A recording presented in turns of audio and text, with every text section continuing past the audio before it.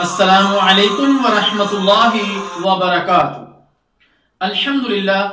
الحمدللہ وکفا والصلاة والسلام علی عباده الذین اصطفى اما بعد اللہم صل علی محمد وعلی آل محمد۔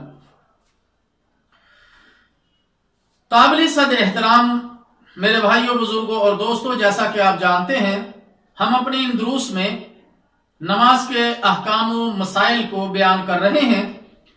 آج جس موضوع پر گفتگو کرنا ہے وہ ہے وضو کی اہمیت اور فضیلت۔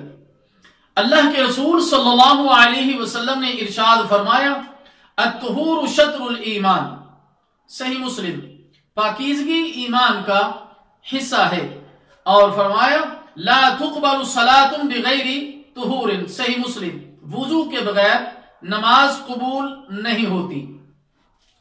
وضو وہی صحیح ہے جو اللہ تعالیٰ جل شانہ کے حکم اور رسول اللہ صلی اللہ علیہ وسلم کے طریقے کے مطابق ہوگا، اس کے علاوہ صحیح نہیں۔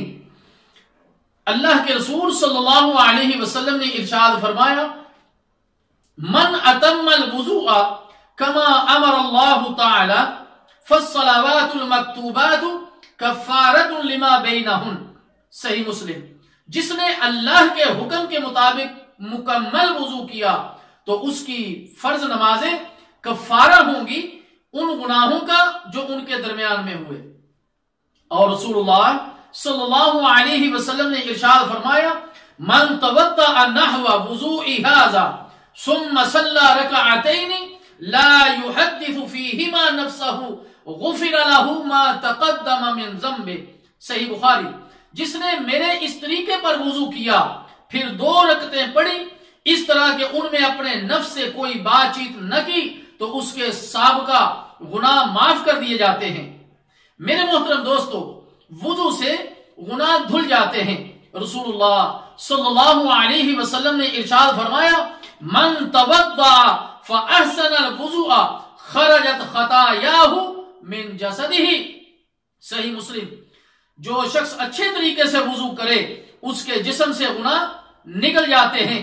اور پیارے نبی صلی اللہ علیہ وسلم نے ارشاد فرمایا، ان امتی یدعون یوم القیامہ غرا محجلین من آثار الوضوء، صحیح بخاری، قیامت کے دن میری امت کو جب بلایا جائے گا تو وہ اس حال میں آئیں گے کہ ان کے چہرے اور ہاتھ پاؤں سفید چمکتے ہوئے ہوں گے وضو کے نشانات کی وجہ سے۔ اور پیارے نبی صلی اللہ علیہ وسلم نے فرمایا، تبلغ الحلیۃ من المؤمن حیث یبلغ الوضوء، صحیح مسلم، جنت میں مومنوں کو وہاں تک زیور پہنایا جائے گا جہاں تک ان کے وضو کا پانی پہنچتا ہے۔ اسی طرح میرے محترم دوستو، وضو شروع کرنے سے پہلے طہارت کی نیت کرنی چاہیے۔ اللہ کے رسول صلی اللہ علیہ وسلم نے ارشاد فرمایا، انما الاعمال بالنیات، صحیح بخاری، ہر کام کا دار و مدار نیت پر ہے۔ وضو کی نیت زبان سے کرنا بدعت ہے کیونکہ یہ کسی حدیث سے ثابت نہیں ہے۔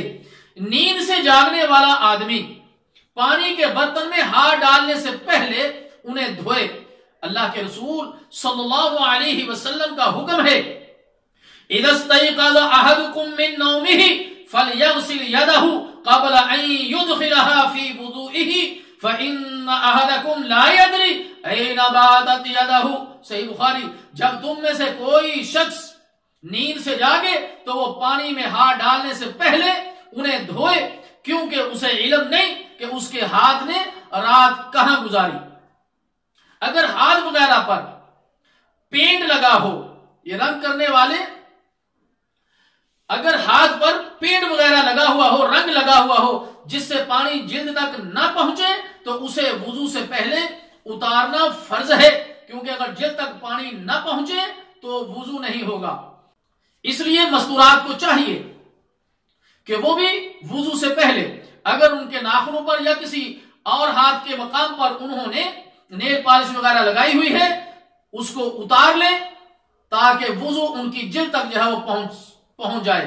اللہ تعالیٰ جل شانہ سے دعا ہے کہ اللہ تعالیٰ ہمیں ان مسائل کو سمجھنے کی اور عمل کرنے کی توفیق عطا فرمائے۔ انشاءاللہ تعالی وضو کا مسنون طریقہ ہم اگلے درس میں بیان کریں گے۔